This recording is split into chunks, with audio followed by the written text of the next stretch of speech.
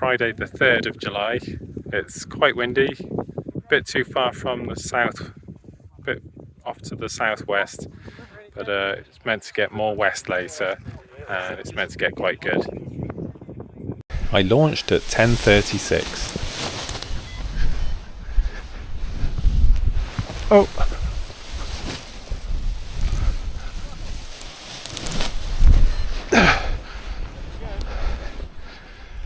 Okay, that's better.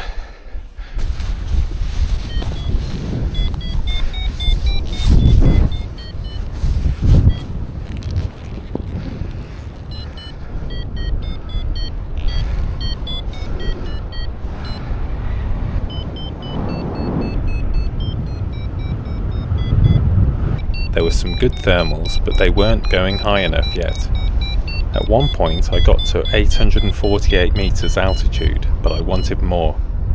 At another point I got to 629 meters, but I was getting too far behind the hill, so I headed back to the front.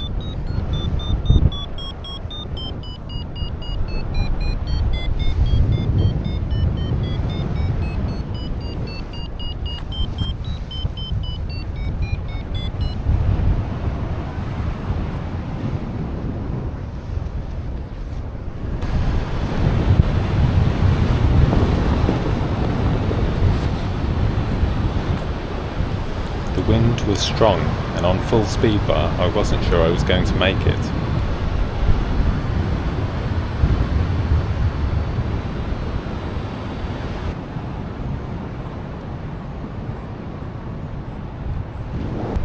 I was too low and couldn't find anywhere to land.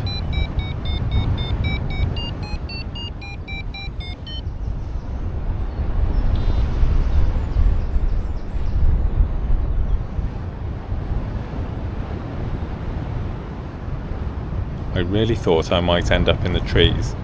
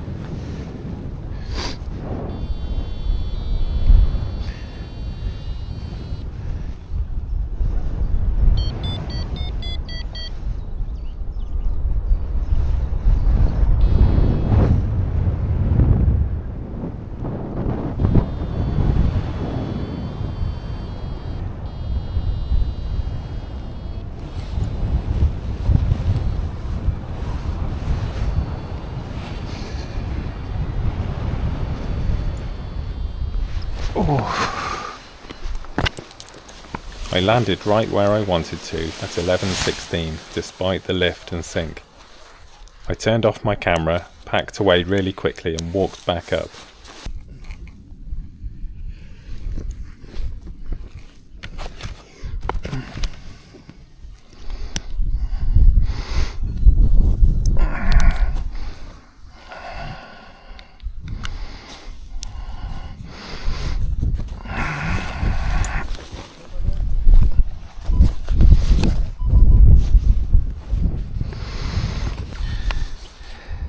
I didn't need to go right to the top as it was windy enough to launch lower down. I got ready quickly and launched again. I was in the air 27 minutes after I had landed.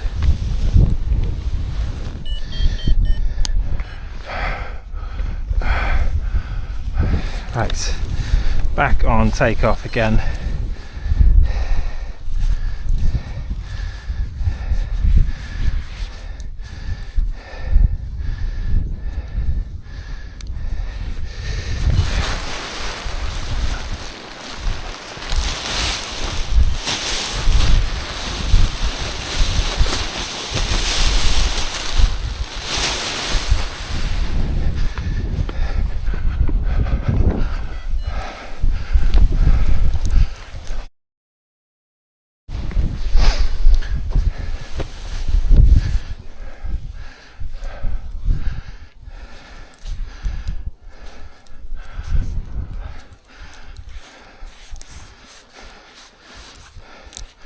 Right, so I'm going to build a wall. Sorry, I should be gone in a moment, in just like 10 seconds. To my right, launching!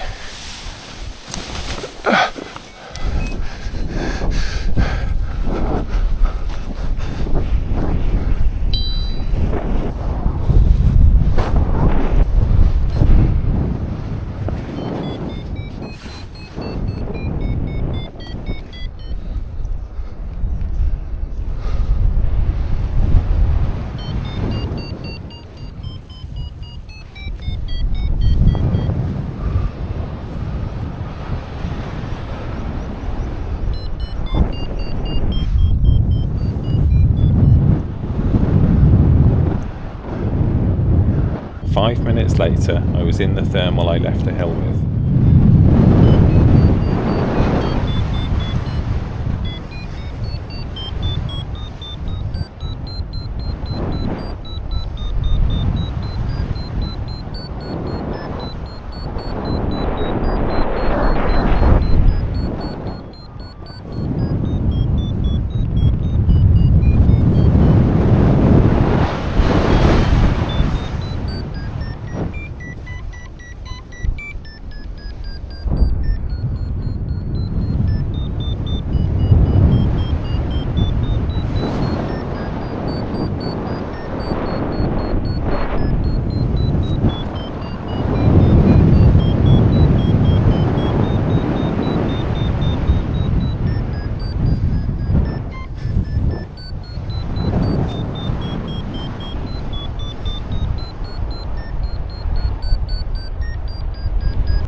This took me to the clouds.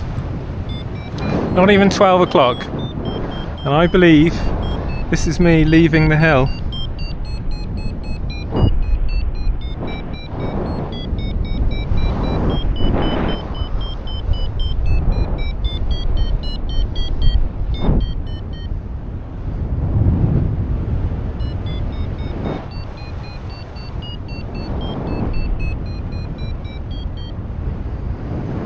He's doing fine over there.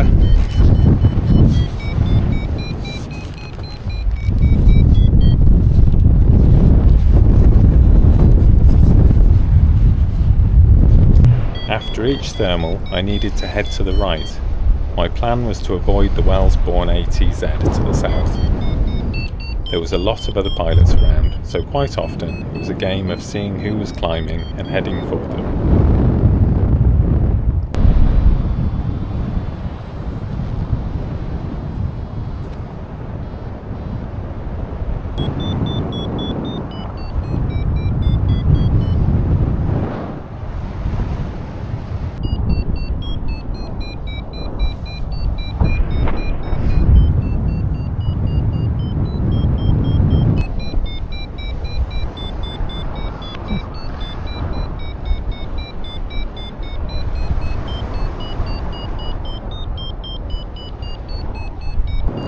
I said hello to Craig Dolwyn at one point.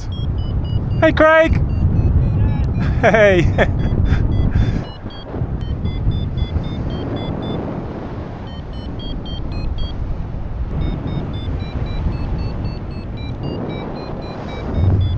Hello!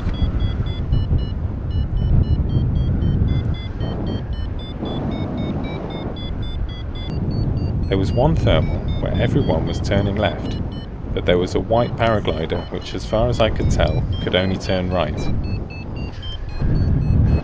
I think the rest of us are going left at the moment.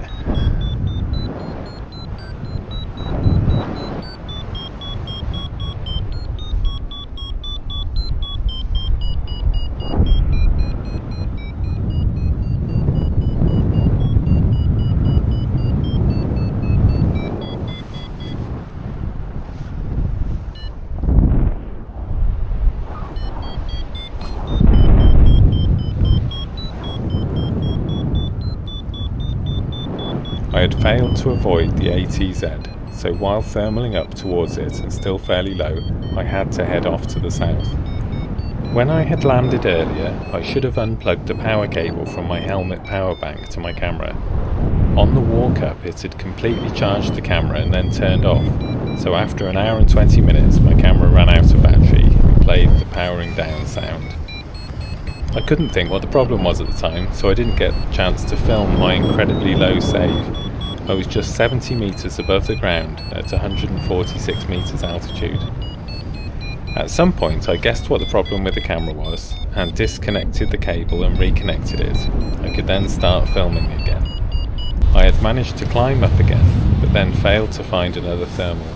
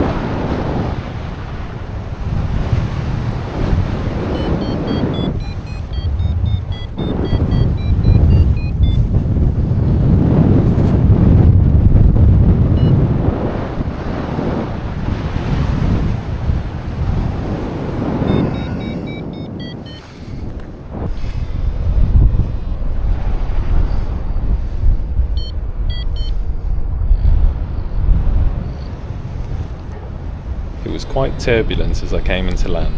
I was still hoping for a low save, but had to choose between a field of crop or landing in the land managed by the HS2 construction teams.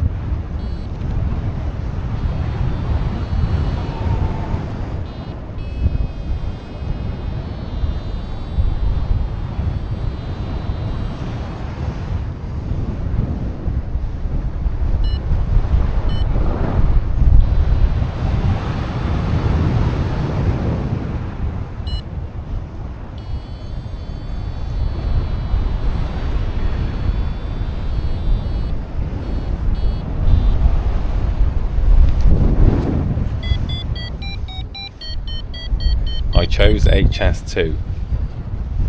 Okay, it's the end of the line.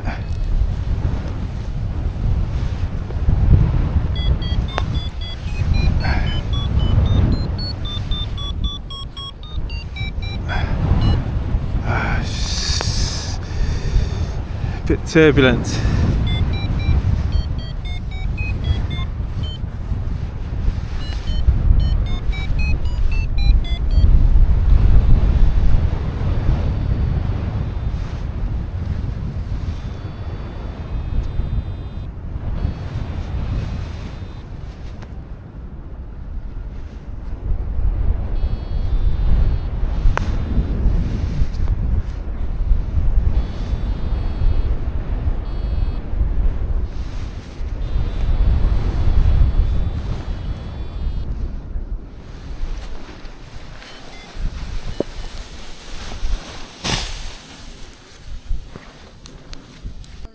It was a good choice.